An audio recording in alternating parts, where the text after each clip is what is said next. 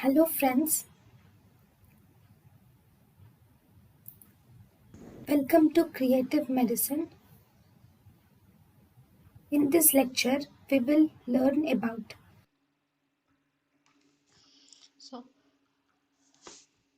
so in the non-union, whenever there is no callus formation, even after 9 months after fracture, then we call it as non-union. So non-union can be mainly treated by either fixing the bone with a nail, or if it does not resolve by fixing a nail, we can also use an external fixator and fix the bone also.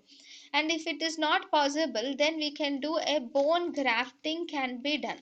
So if bone grafting can also be done whenever there is a non-union, we can use a cancellous bone graft is most importantly can be done.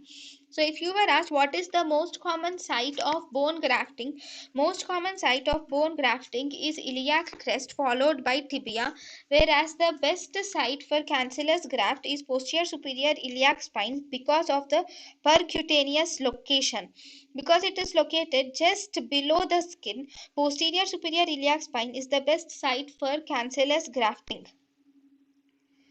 Then, if the, if there is any micromobility of the bone at the fracture site, presence of micromobility of the bone at the fracture site will facilitate union.